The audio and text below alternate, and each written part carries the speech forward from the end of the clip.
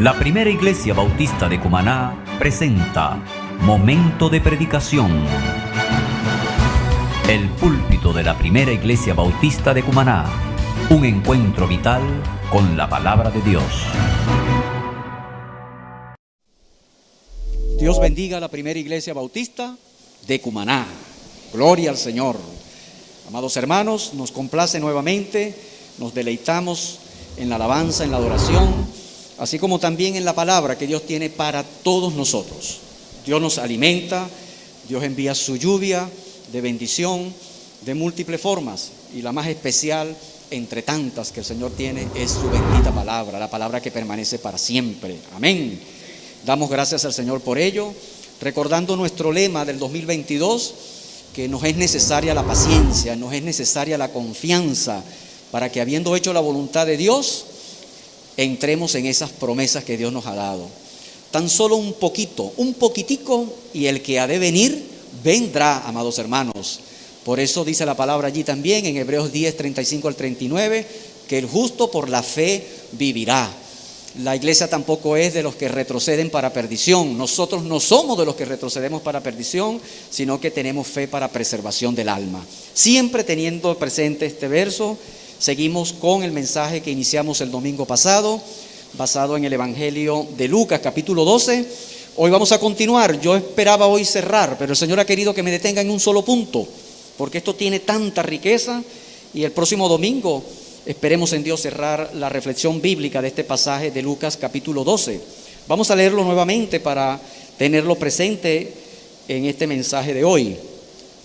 Dice allí la palabra, Lucas 12, 13 al 21, que le dijo uno de la multitud: Maestro, di a mi hermano que parta conmigo la herencia. Mas él le dijo: Hombre, ¿quién me ha puesto sobre vosotros como juez o partidor? Y les dijo: Mirad y guardaos de toda avaricia, porque la vida del hombre no consiste en la abundancia de los bienes que posee. También les refirió una parábola diciendo: La heredad de un hombre rico había producido mucho, y él pensaba dentro de sí diciendo: ¿qué haré? Porque no tengo dónde guardar mis frutos. Y dijo: Esto haré: derribaré mis graneros y los edificaré mayores, y allí guardaré todos mis frutos y mis bienes. Y diré a mi alma: alma, muchos bienes tienes guardados para muchos años. Repósate, come, bebe, regocíjate. Pero Dios le dijo: necio, esta noche vienen a pedirte tu alma, y lo que has provisto, ¿de quién será? Así es el que hace para sí tesoro y no es rico para con Dios. Fin de la cita. Hoy quisiera, continuando con esto, detenerme en el verso 15. La denominación de este mensaje le he llamado de esta forma, globalmente: de los extravíos de la insensatez al verdadero sentido de la vida humana, la herencia incorruptible en Cristo. Así, de los extravíos de la insensatez al verdadero sentido de la vida humana, la herencia incorruptible en Jesucristo. Y continuamos con este mensaje. Y la vez pasada nos estuvimos allí deleitando en la forma como el Señor nos permite encontrar verdades y enseñanzas fundamentales. Decíamos, amados hermanos, que lo abrupto, que lo intempestivo de aquella petición de aquel hombre, que como vimos, pese a que, o el privilegio, mejor dicho, el privilegio de haber escuchado todo aquel mensaje en aquella multitud, este hombre interviene con una pregunta fuera de lugar, algo que posiblemente en el auditorio no estaría allí, en la atmósfera de lo que Jesús acababa de decir. Y ese hecho abrupto, sin embargo, nos permite destacar enseñanzas claves que nuestro Señor Jesucristo revela ya no solo para ese hombre, sino para todos los que dicen seguirle. La primera enseñanza tenía forma de pregunta, la vimos el domingo pasado: ¿qué tipo de interés mueve a la gente cuando se acerca o cuando es expuesta a escuchar el Evangelio de Jesucristo? Y la respuesta a esto, estudiamos ese tema, revela los corazones, revela los grupos, los intereses de los que dicen creer, o los que creen verdaderamente, como aquellos que definitivamente no creen, de los intereses temporales, de aquello fundamental que muchas veces queda marginado que queda muchas veces solapado o que queda excluido del horizonte de lo primordial que la gente puede tener en su vida. Y como había mucha gente allí que se pisaban unos a otros, eran múltiples intereses convocados, atropellados unos a otros, que caracterizaba a esa multitud. La otra enseñanza es de las herencias terrenales a la herencia segura e inconmovible en Cristo, juez justo, porque esa sola palabra, herencia, comienza a tener una correspondencia en el plano espiritual, que Jesús la va a ir esclareciendo aún más en este relato. Vamos a ir hablando de ella más aún hasta el final de este estudio, y que revela precisamente esa distinción entre nuestros intereses, las obsesiones humanas temporales, terrenales, cifradas en eso, en lo que es la herencia, esa seguridad humana en los bienes materiales, y el contraste con esa herencia inconmovible, incorruptible que tenemos en Jesús. La palabra herencia describe eso, y los pleitos derivados se constituyen en obstáculos que impiden entonces reconocer y procurar la verdadera herencia, la verdadera riqueza en Cristo, como decimos, porque lo dice la palabra. El Señor vino en su primera venida como Señor y Salvador, pero también vendrá en su segunda venida, dice la Escritura, como juez justo, a buscar a quienes le esperan, aquellos que habiendo hecho profesión de fe, como dice Juan 1:12, a los que le recibieron, Dios le ha dado potestad de ser hechos hijos de Dios, y si hijos, como dice Romanos, que lo estudiamos también, Romanos 8:18, y si hijos, también herederos de Dios y coherederos con Cristo de las promesas del Señor. Cuando leemos ese versículo, bueno, nos deleitamos, nos emocionamos, porque tenemos un privilegio.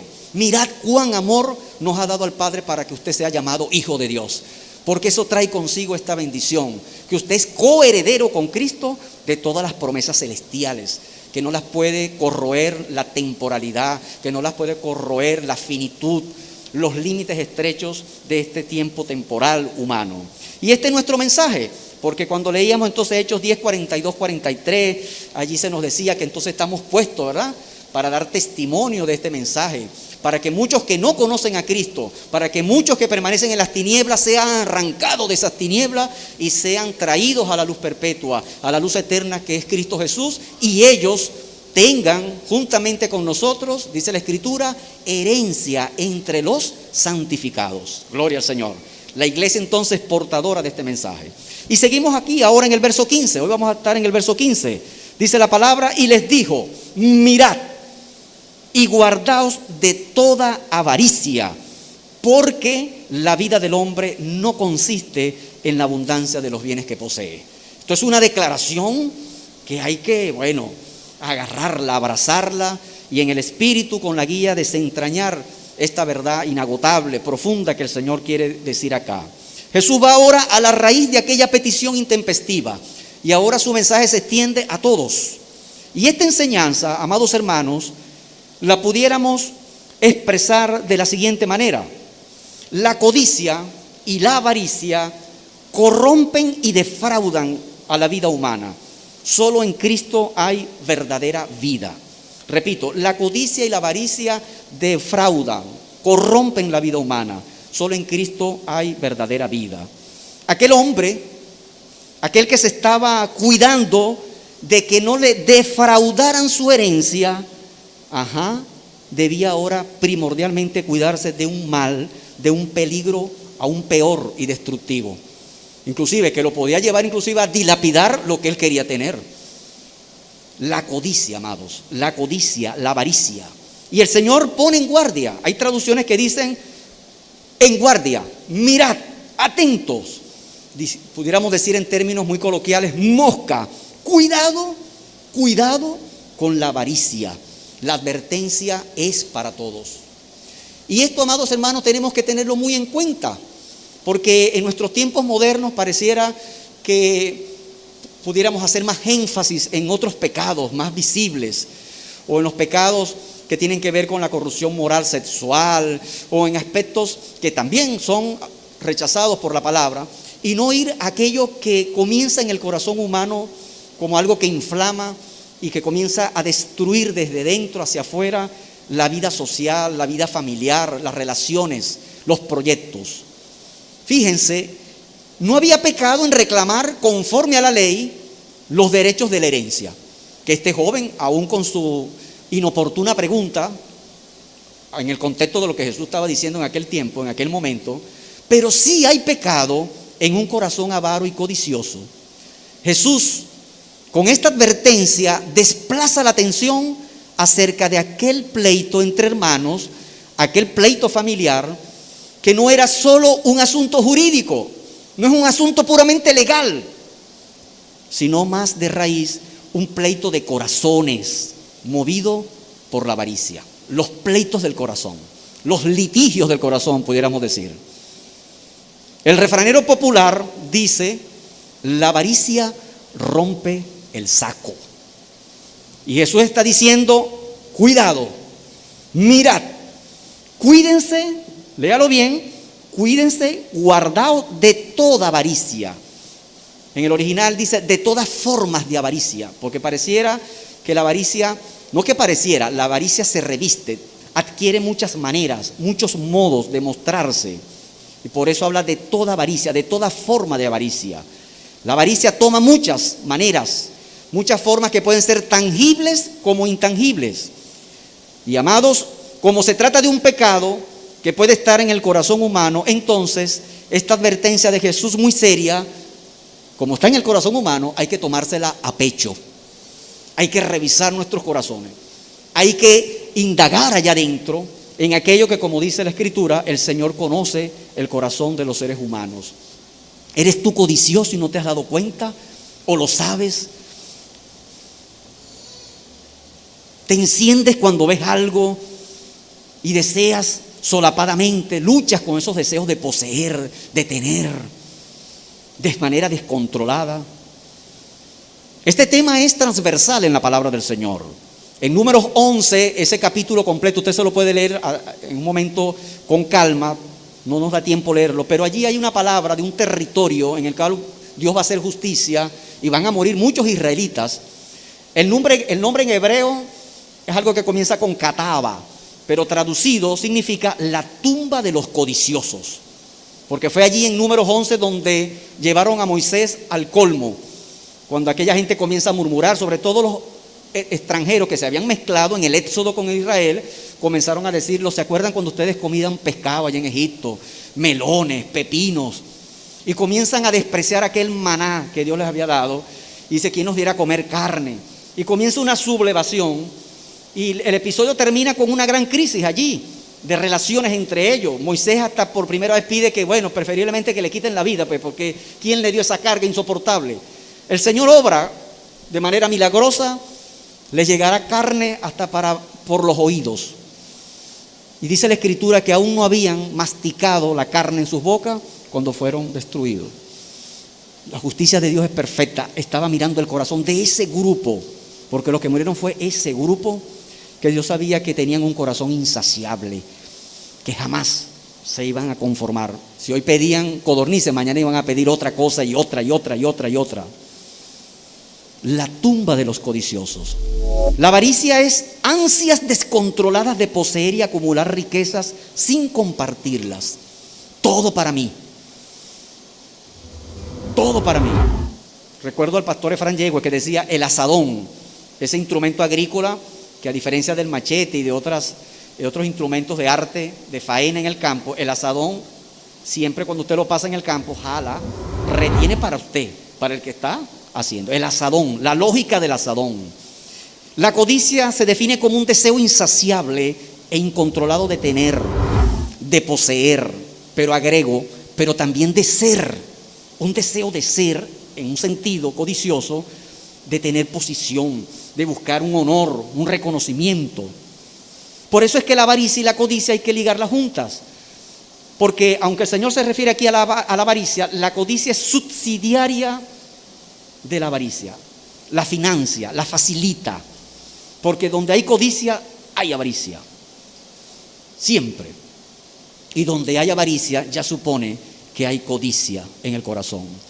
Toda forma, posesiones materiales, carro, casa, dinero, codiciar honor, el prestigio, la fama, el reconocimiento, codiciar el poder, posiciones. La palabra griega para esto traduce una sed insaciable de tener más y más y más. La avaricia y la codicia son formas de esclavitud y que se permean en la sociedad y que tienen un gran impacto nocivo, dañino en las relaciones humanas, sociales. No es en vano que el propio 10 mandamientos, en la propia ley, el Señor le advierte a su pueblo en Éxodo 20, no codiciarás a tu prójimo, la casa, no codiciarás a la mujer de tu prójimo. Por eso Jesús dirá después más tarde, todo aquel que mira a una mujer y la codiciar en su corazón, ya adulteró. Y también viceversa, ¿no? Todo hombre, toda mujer que mira a un hombre y lo codiciar en su corazón también adulteró. Eso también va reversible. La avaricia y la codicia corrompen y defraudan la vida humana porque conduce a otros pecados. La gente codiciosa y avara es fácilmente, escuche esto, sobornable. Esa cae facilito, es sobornable. Se producen relaciones adulteradas. Se propicia la extorsión, el robo, el hurto, la traición, el crimen. Se pervierte el derecho. Se corrompe el ser humano y su entorno. ¿Cuántas sociedades económicas han caído administradas precisamente no por la inteligencia y la sabiduría, sino por la codicia y la avaricia? Y esto hay que tenerlo presente, amados hermanos. Esta palabra del Señor es fuerte. Ya esta pregunta de este hombre viene a ser ahora un juicio, una reflexión para todo el sistema social. Y amados, esta advertencia de Jesús hay que tenerla presente en la familia. Hay que tenerla presente en la crianza y no menos en la iglesia, por supuesto. Y cuando digo familia, cuando digo crianza, es porque este pecado se va cultivando, hasta a veces desde los más pequeños. Es sorprendente, pero aunque usted lo sepa, la palabra de Dios ya lo ha advertido. Si usted va a Jeremías capítulo 6, vaya conmigo acá, Jeremías 6, dice la escritura, 13:14, dice la escritura, porque desde el más chico de ellos hasta el más grande, cada uno sigue la avaricia. Y desde el profeta hasta el sacerdote, todos son engañadores. Y curan la herida de mi pueblo con liviandad, diciendo paz, paz, y no hay paz. Qué elocuente es la palabra del Señor con esta cita. ¿Cómo puede haber paz? Porque la paz necesita que haya justicia, y donde hay robo, donde hay hurto, donde hay engaño, hay injusticia. Y donde hay injusticia tampoco hay verdad, porque entonces hay engaño. Y si no hay verdad, no hay justicia. Si no hay justicia, no hay paz. Y esto es un pecado que dañó al pueblo de Israel. Y fíjense, desde el más chico, porque los muchachos van viendo, esta es la práctica, esta es la anticultura, y comienzan a reproducir eso. Y hay que estar atentos en nuestros hogares, en los niños. Cuando tú sirves el jugo, cuando usted reparte la comida, allí se expresan caracteres, temperamento, actitudes. A ver quién se apropia más, quién agarra más. Yo recuerdo cuando, ahora se me viene a la mente, gloria al Señor, haga una fiesta y dele palo a una piñata, pues, para ver allí cómo se revela quién es quién. Cómo las madres o padres preparan a los hijos. Ya sabes, hijo, no te dejes quitar nada. Ensancha tus brazos de lo más que pueda. Ponlo desde el occidente hasta el oriente. Y abre tu pecho, corazón. Es así. Y muchos se quedan perplejos. Mira aquel, se llevó todo. Como si fuera un botín, como si fuera un trofeo. Amados hermanos, es así. Y en los puestos administrativos, en los puestos de lugares de posición, de decisión, ¿qué hemos visto? Pues hay una frase muy popular, muy dañina, por cierto, que la gente que es así dice: yo lo que necesito es que me pongan donde hay. Ponme donde hay. Y ya saben lo que la codicia y la avaricia hará. Y esto es delicado, amados. Esto es delicado porque también puede entrar, y de hecho, vamos a ver en la Escritura que el Señor quiere hasta que ni siquiera se nombre en la iglesia, ni siquiera se nombre. Pero sucede. Marcos 7:22 habla de que precisamente, como Dios está hablando aquí al corazón, estos pecados vienen precisamente de este corazón humano caído, de este corazón humano corrompido. Y allá en ese evangelio, Marcos 7:22, dice la Escritura, acompáñeme allí, los hurtos, las avaricias, las maldades, ahí está, el engaño, la lascivia, la envidia, la maledicencia, la soberbia, la insensatez, todas estas maldades de dentro salen y contaminan al hombre. Por eso es que podemos ver que este pasaje le supera esas teorías que yo las llamo teorías tuertas, son tuertas, o sea, le falta un ojo, porque pretenden explicarlo todo con base a una ideología, una teoría de la base material. Es decir, que tú transformas las condiciones materiales de la gente y ya dejará de robar. No, no, no. La avaricia y la codicia no es así. Puedes conseguirte pobres codiciosos, puedes conseguirte ricos codiciosos. Y no es así, es el corazón humano. Vean lo que pasó con Zaqueo. Su realidad material era de un bandido, un saqueador. Pero cuando cambió Jesús su corazón, cuando Él cambió su vida, cambió su realidad material. Restituyó aquello que había robado, lo dio 4 veces y advirtió: y si alguien le he quitado más, todo, allá voy más allá. Cambió su realidad. De manera que la visión completa, profunda de la palabra es el corazón. Es el corazón. De allí salen todas estas cosas. Esa naturaleza corrompida del hombre se corresponde así con las condiciones también materiales y sociales de su existencia. También la palabra nos dice que la codicia y la avaricia son formas de idolatría. Y eso es obvio, porque si una persona está siendo rehén, un esclavo de esto, entonces es esclavo del que lo esclavizó. Por lo tanto, el señorío, lo que se enseñorea en su vida, es eso, no es Dios. Y la idolatría es todo aquello que se pone en el lugar que es de Dios, que es solo para Él. Por eso es que no solamente es una imagen, no es solamente es un yeso al que la gente le pide, sino todo aquello que ocupa el lugar sagrado, el lugar preeminente del Señor. Colosenses 3:5 la palabra lo dice, que todas estas formas son idolatría. Idolatría. Dice allí la palabra: haced morir pues lo terrenal en vosotros, fornicación, impureza, pasiones desordenadas, malos deseos y avaricia, que dice allí, que es idolatría.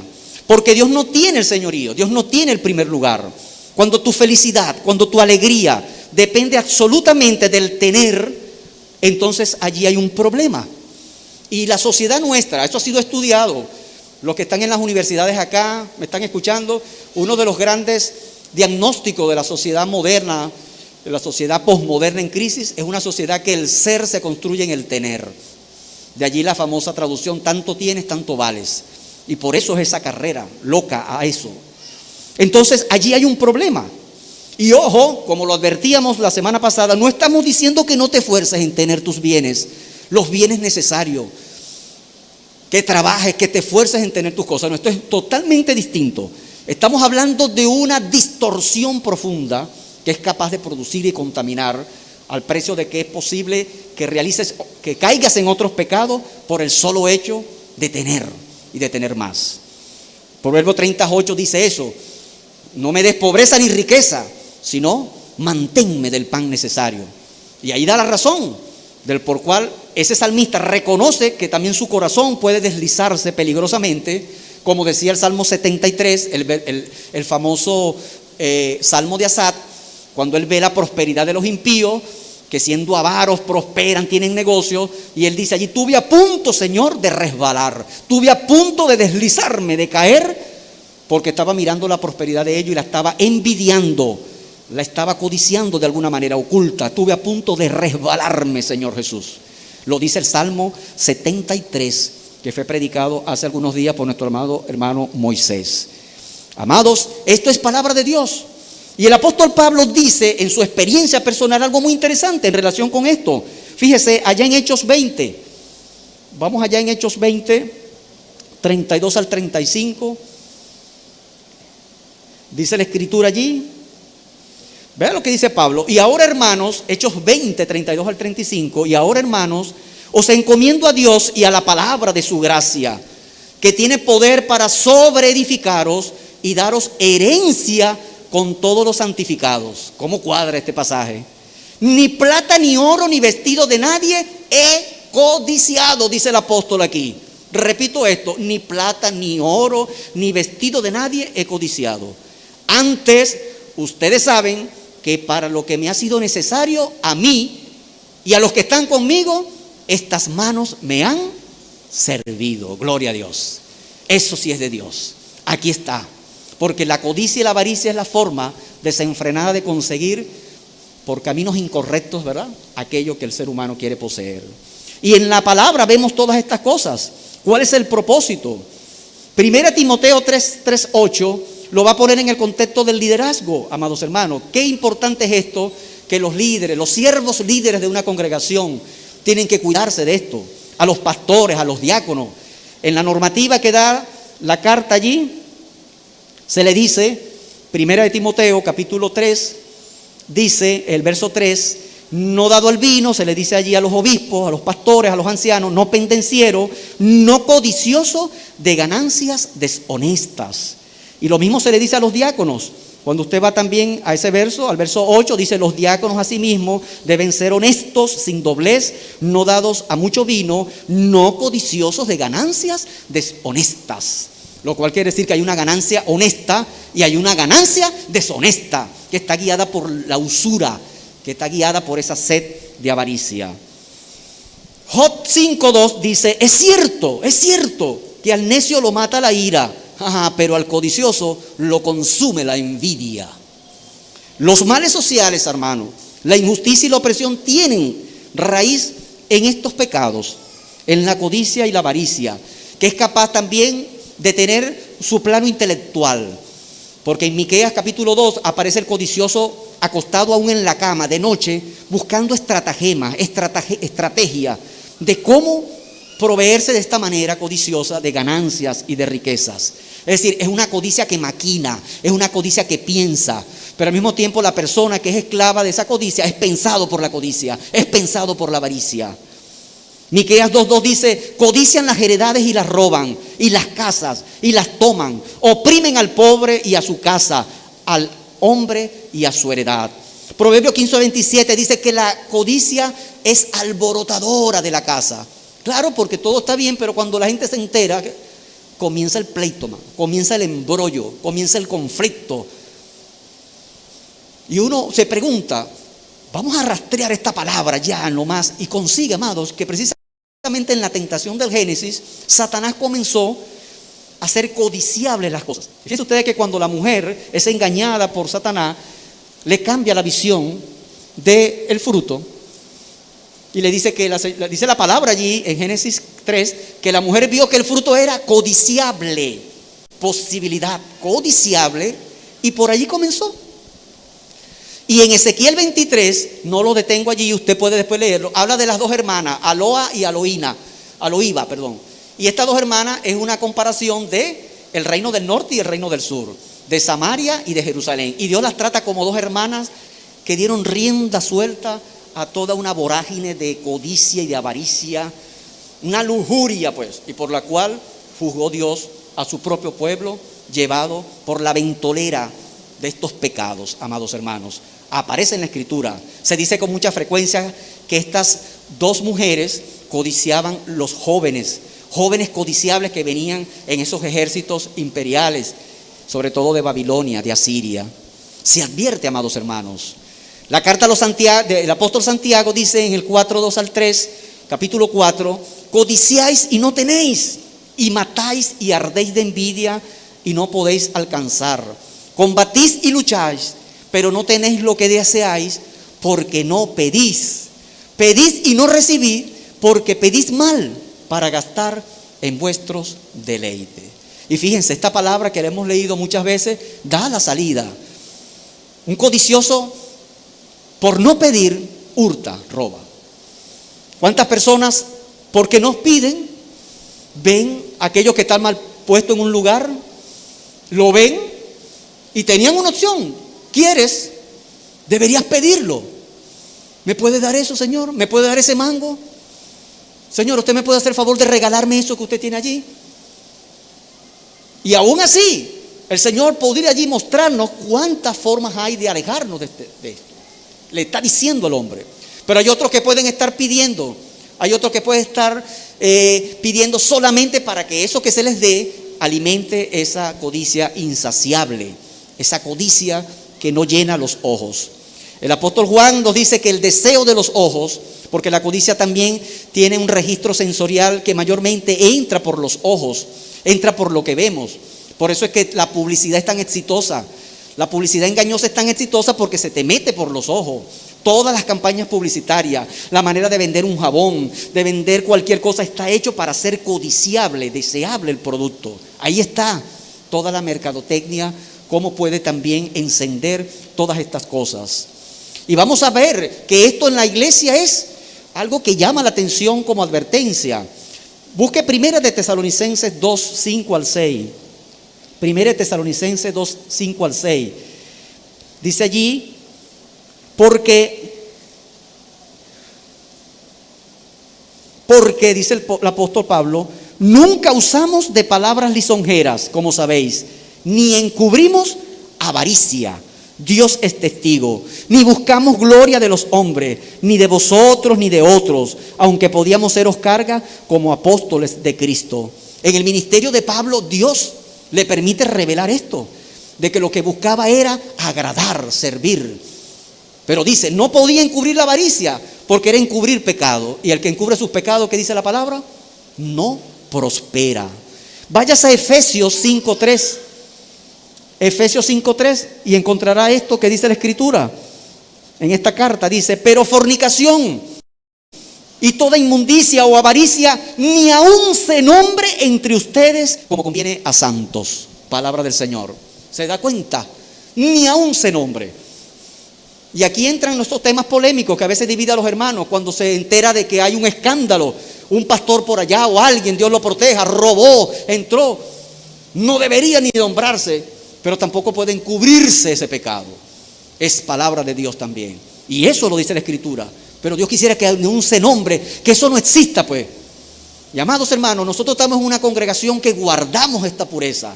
Si usted ve por allí un celular, si usted ve una cartera, el que es de Dios, más bien protegerá ese bien del prójimo, del amado. Pero el que es codicioso, buscará la forma de cómo se adueña. Y evidentemente si es un codicioso, si hay pecado, si es un esclavo, por cierto que podemos poner en duda si realmente es un hijo de Dios. Y eso es importante entenderlo. Y si ese pecado frena tu vida, está frenando tu vida, es hora de que te arrepientas de verdad, que en tu corazón saques toda forma de avaricia. Si ves pasar una mujer y los ojos se van pegados de su cuerpo, cuidado con eso. Eso es codicia también. Igualmente para los hombres, para las mujeres, quiero decir. Todo esto, amados hermanos, no puede, no debe estar en el corazón. Dice aquí la Escritura, ni aún se nombre. Y vaya que desafío en un mundo que ha hecho de este sistema que entra por los ojos, como dice el apóstol Juan, el deseo de los ojos de este mundo. Por cierto, deseos que pasan, pero el que hace la voluntad de Dios permanece para siempre, dice la palabra del Señor. Hebreos 13, vamos a Hebreos 13:5, dice la Escritura aquí también algo interesante para nosotros, porque nos da promesa para que te diga a ti, fíjate, Señor tiene todo, ya lo habíamos visto. Hebreos 13:5 dice, sean vuestras costumbres sin avaricia, contentos con lo que tenéis ahora, porque Él dijo, ¿qué es lo que dice el Señor? No te desampararé ni te dejaré. Amén. Así que no codicies, hermano. No busques, amigo, el camino, el atajo para robar, para hurtar. La palabra de Dios te dice aquí esta verdad. De manera que podemos decir confiadamente, el Señor es mi ayudador, no temeré lo que me pueda hacer el hombre, o lo que pueda hacer una crisis momentánea, una coyuntura. El Señor te va a sostener, el Señor te va a proveer. Espera en el Señor. Te es necesaria la confianza y la paciencia, amén, para heredar sus promesas. Eso es palabra del Señor. Dice la Escritura, sobre toda cosa guardada, guarda tu corazón, porque de él mana la vida. Eso fue lo que le pasó a David. En su azotea codició, vio, se echó a perder.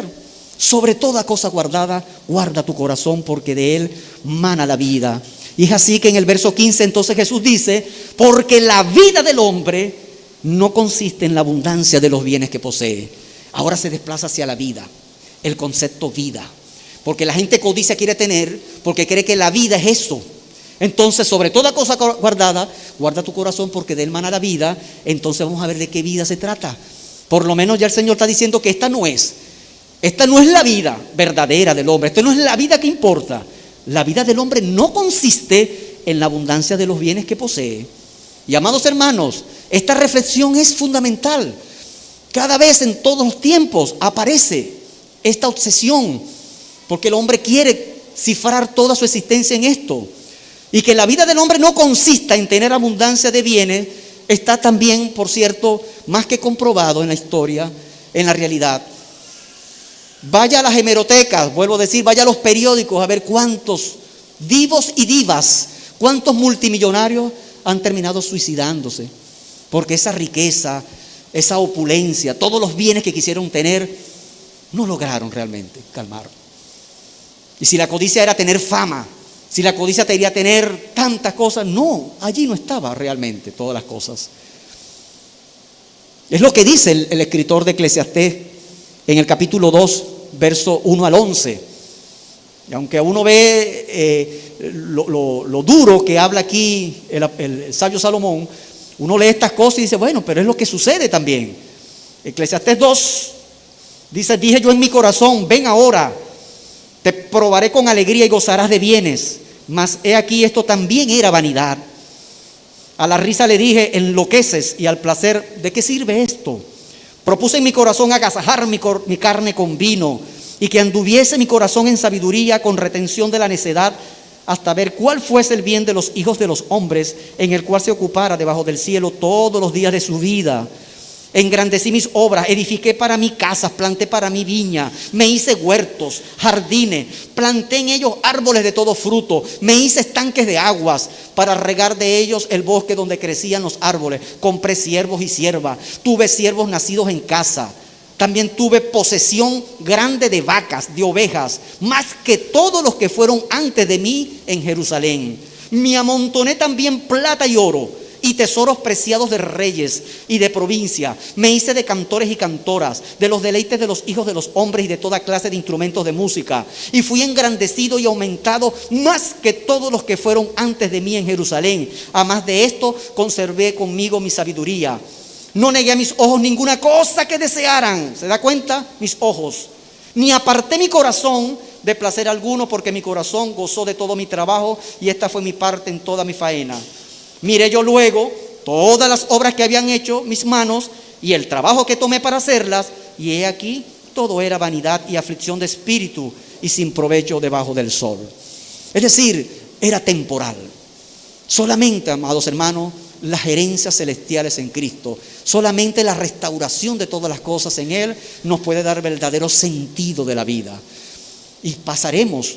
Y esto es una reflexión importante que ya hacía el sabio Salomón en su tiempo. ¿Qué vida satisface al corazón humano? La pregunta por la vida, ¿en qué consiste?, fue parte de la reflexión de los antiguos. Y esa inquietud tocó a filósofos, hasta los poetas, los artistas, los científicos, hasta los científicos más modernos. La vida ha sido para ellos un enigma, un fenómeno. Para otros ha sido una agonía, para otros una celebración. Y la mayoría de estas filosofías, que están muy en boga, por cierto, se pueden denominar con el nombre del vitalismo, lo vital, la vida. Pero la vida ha sido inquietud humana, preguntarse por ese enigma, por lo complejo, por lo enigmático que es para muchos. Siempre recuerdo en la escuela a Andrés Eloy Blanco, con ese poema de Andrés Eloy Blanco, La hilandera, donde el hombre que llega a la casa de la hilandera dice: tengo sangradas las manos, tengo sangradas las plantas, en cada piedra caliente dejé un retazo del alma, tengo hambre, fiebre, sed, la vida es mala. Es decir, también esa visión fatalista, totalmente cansada de la vida, como un tedio, con estupor, lo han encontrado los poetas. Como también otras de celebraciones, que muchas veces son tributarias a aquello que uno ya ha leído en la palabra. Comamos y bebamos que mañana moriremos. Como si la vida hay que aprovecharla ya, que cuando uno se muera se acaba todo. Esa es otra visión que también permean estas concepciones del hombre tratándose de explicar en qué consiste la vida. Edgar Morin, francés, filósofo ateo, estudioso de la vida, ha escrito varios libros, defensor del paradigma de la complejidad, ha propuesto un método para pensar la vida. Y el hombre lo hace porque está preocupado de que todo el conocimiento acerca de la vida ha sido muy estrecho, ha sido muy ciego, no ha logrado captar las múltiples dimensiones, él los llama los bucles que tiene la vida. Pero déjame decirte que Morán no pudo evitar ser prisionero porque ya está viejito, ya escribió sus libros. No puede evitar ser prisionero de su visión evolucionista. Sus dimensiones no pueden tocar la dimensión fundamental espiritual que la Biblia, que la palabra de Dios revela acerca de la vida del ser humano. Dice Morán cosas como estas: la vida emerge enteramente del universo físico. La vida no depende de ninguna sustancia, de ningún principio exterior a nuestro universo físico. La vida depende de ella misma, de sus propias condiciones, por tanto es autónoma. Vean los conceptos de grandes intelectuales, formidables aportes, pero vean qué ceguera. Y en consecuencia, dice él, el valor de la vida y los valores de la vida solo llaman a una gestión responsable de la vida. Morán dice además que esta nueva vida debe renacer no ya de lo alto, sino de lo bajo, de nuestra naturaleza biológica y cultural. Allí termina todo. Dice, no hay paraíso. Oh, Morán, ve lo que dices tú. No hay paraíso pasado que encontrar, ni paraíso futuro que edificar, ni fin de la historia, ni tierra prometida, ni Mesías por venir. Así le habla Morán a la cantidad de intelectuales que siguen sus aportes. Porque Morán escribió un libro que no es una concha de ajo. Escribió para la UNESCO los 7 saberes necesarios para la educación del futuro. Escribió este autor, que es seguido en muchas universidades, en muchos sistemas educativos. Pero además, dice él, se ama, se odia, se yerra, se sufre en esta vida, se subleva, se resigna, se cree, se deja de creer, se vuelve a creer, pero aún no hemos comprendido la aventura que vivimos. Y cuando uno lo lee con atención, va entonces a ver al Morán que no puede explicarlo todo, que deja vacíos. Por lo menos reconoce eso. Y a este reducido y limitado pensador que trata de responder a esa pregunta, ¿en qué consiste la vida?, no puede evitar decir cosas como estas. Cito: nada queda verdaderamente terminado, lo sé. Todavía tendría mucho que retomar y que corregir. Aún no hemos podido comprender la aventura que vivimos, dice Morán. Fin de la cita. Pero déjame decirte, usted intelectual que está escuchando también esta prédica, ¿en qué consiste la vida? Eclesiastés 3, 10, 11 dice esta palabra. Si los intelectuales no pueden comprender, ve lo que dice la palabra en Eclesiastés 3, 10, 11. Nos dice la palabra: yo he visto el trabajo que Dios ha dado a los hijos de los hombres para que se ocupen en él. Todo lo hizo hermoso en su tiempo y ha puesto eternidad en el corazón de ellos, sin que alcance el hombre a entender la obra que ha hecho Dios desde el principio hasta el fin. Palabra del Señor. Porque solo en Jesucristo comprendemos el misterio de la vida. Porque no se trata de qué es la vida, sino quién es la vida. Yo soy el camino y la verdad y la vida. Nadie viene al Padre sino por mí. Y lo está diciendo el Eterno, el Rey eterno, el Rey de gloria, en quien están escondidos todos los secretos, en quien están escondidos todos los tesoros de la sabiduría y del conocimiento. Aleluya, gloria al Señor. De eso se trata. Ya el Señor está diciendo en que no consiste la vida humana, pero vaya que lo ha demostrado y que lo ha hecho. El Salmo 34, 12 dice: ¿quién es el hombre que desea vida, que desea muchos días para hacer el bien? Y hay en esa pregunta una diferencia entre la vida física y la vida moral, espiritual, del hombre que sabe que porque tiene eternidad hay algo más allá. Muchos dicen lo trascendente, pero nosotros referimos al Creador, Dios. Una vida para bien, pero hay vida que no satisface el corazón humano. Y esto es lo que Dios en su Hijo Jesucristo vino a traer al mundo. Yo recordaba a Juan Luis Guerra, que cada vez que da su testimonio de su conversión, él dice que él creía que cuando se iba a ganar los Grammy, ya está listo, había conquistado su sueño, y después que ganó los Grammy, eso fue nada, no satisfizo sus necesidades más profundas, se quedó todo allí. Y es cuando se dio cuenta verdaderamente, aquí hay un vacío que tiene el tamaño de mi necesidad de Dios. Aleluya, gloria a su nombre. La vida es un don, es un regalo de Dios, pero también un encargo en medio de riesgos, amenazas, de elecciones y decisiones. Aún desde el vientre de una mujer, la vida humana es hoy amenazada. La respuesta a la pregunta del Salmo 34, 12 la da la misma palabra cuando dice: busca la paz y síguela. Busca la paz y síguela. Y el Señor es nuestra paz. Solo en la persona de Jesucristo tenemos la vida verdadera que Él hizo posible para nosotros, trayendo justicia, trayendo redención, haciendo la paz con la sangre de su cruz. Y podemos tener paz con Dios y podemos tener la paz de Dios. Aleluya. Todas las cosas se reúnen en Cristo y serán restauradas en Cristo, según nos dice Efesios 1:10. Solo en Él hay promesa de restauración. Juan 14:27 lo dice: mi paz os dejo, mi paz os doy, yo no la doy como el mundo la da. Y esa paz que el Señor nos da, que sobrepasa todo entendimiento, es esa paz que el mundo no te puede dar, pero tampoco te la va a quitar, tampoco te la puede quitar. Hay entonces otra abundancia. Si la vida del hombre no consiste en la abundancia de los bienes que posee, hay otra abundancia. Juan 10:10. Yo he venido para que tengan vida y la tengan en abundancia, dice el Señor. Y Romanos 14:7-8, una vez que comprendemos esa vida, comenzamos a vivir de otra manera. Vea qué pasa con esa vida que hemos recibido en Cristo Jesús. Esa nueva vida te hace vivir de esta forma, amados hermanos. Usted va a Romanos 14:7-8 y dice la Escritura de la siguiente manera: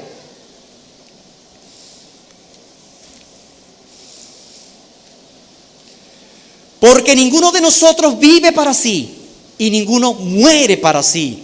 Pues si vivimos, ¿qué dice aquí la palabra? Para el Señor vivimos. Y si morimos, ¿qué pasa? Para el Señor morimos. Así pues, sea que vivamos o sea que muramos, somos del Señor. Esta es la verdadera vida que le cambia el significado a la muerte, que le cambia el significado a tu estar día a día. Aunque en cualquier condición estés, la vida que es para Dios es una vida que permanece. Efesios 2:1-3, como Él es la vida, entonces nos recuerda que éramos antes. Estábamos muertos, dice la Escritura, y Él os dio vida. Por eso la vida es un don. Él os dio vida a vosotros cuando estabais muertos en vuestros delitos y pecados. Y este don precioso, ¿cómo lo tuvimos? Gracias a su muerte y resurrección. Aleluya. En los cuales anduvisteis en otro tiempo, siguiendo la corriente de este mundo, conforme al príncipe de la potestad del aire, el espíritu que ahora opera en los hijos de desobediencia, entre los cuales también todos nosotros vivimos. Eso fue lo que vivimos. Vivimos en otro tiempo en los deseos de nuestra carne, haciendo la voluntad de la carne y de los pensamientos, y éramos por naturaleza hijos de ira, lo mismo que los demás. Fin de la cita. Y eso es lo que describe hasta las canciones. Usted prende la radio y va a ver qué se le canta. Se le canta precisamente a eso. Julio Iglesias tiene un tema que decía: me olvidé de vivir, porque empezó a vivir cosas y se dio cuenta que eso no era la vida. Y otro cantante escribió que dejó su vida al pasar hecha pedazos, porque un día el cuerpo le dijo: para. El cuerpo mismo dijo: hasta aquí llegué, mijo, porque destruyó su propio cuerpo. Siempre recuerdo el poema de los dos hermanos Romero, porque uno vivió su vida tratando de hacer dinero, todo.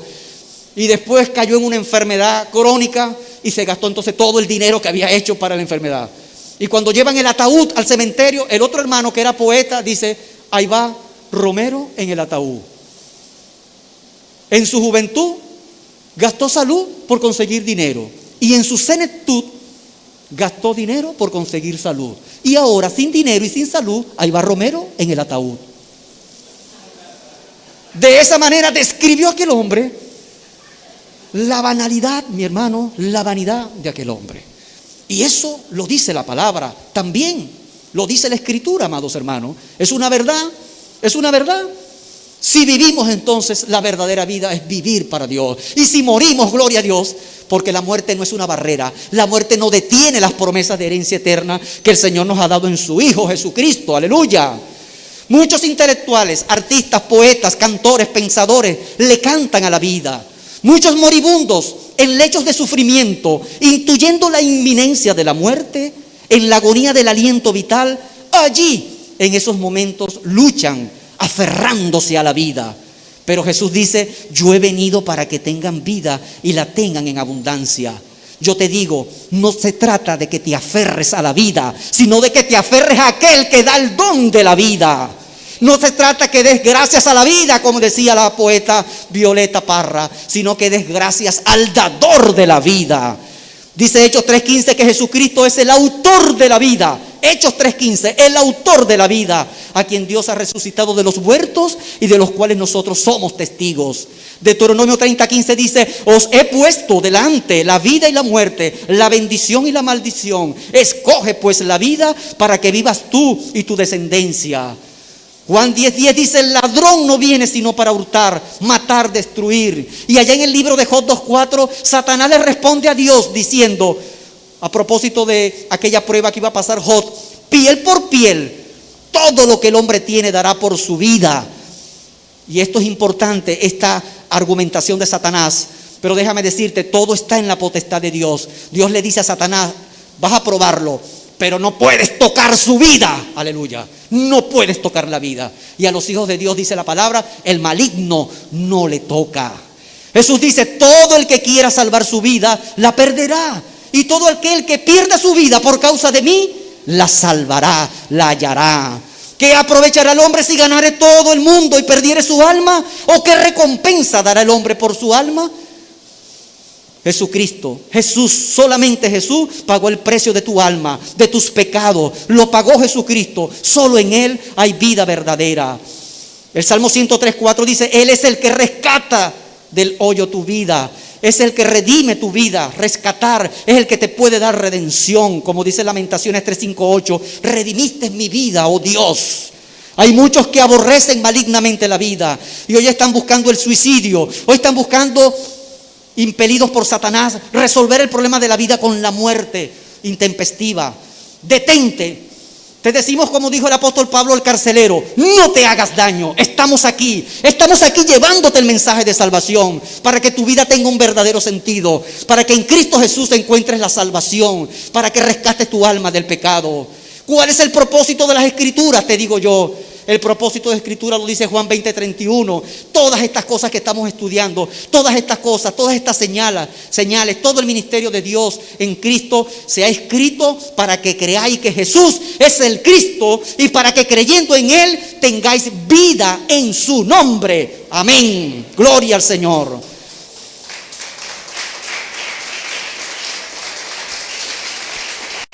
Y termino con esto, amados hermanos. La avaricia y la codicia defraudan la vida humana. Solo en Cristo hay verdadera vida.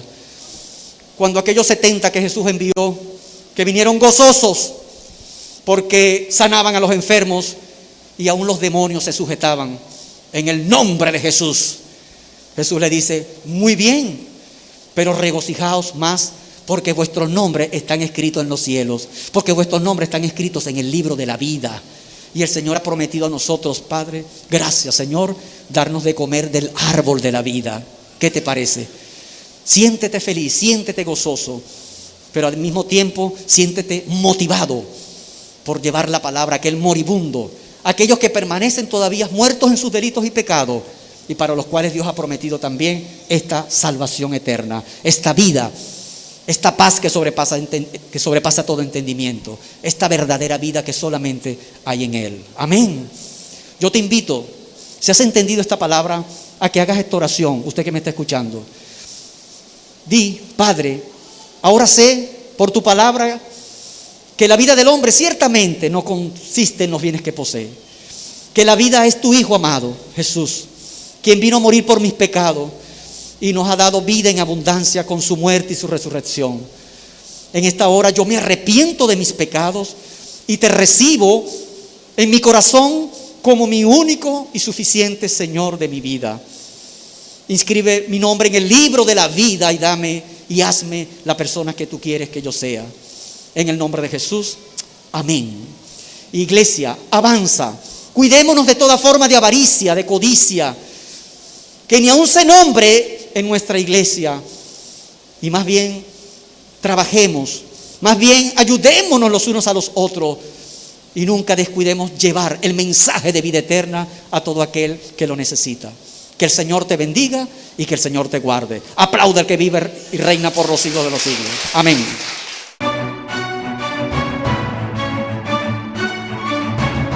La Primera Iglesia Bautista de Cumaná presentó Momento de Predicación, un encuentro vital con la palabra de Dios. El púlpito de la Primera Iglesia Bautista de Cumaná.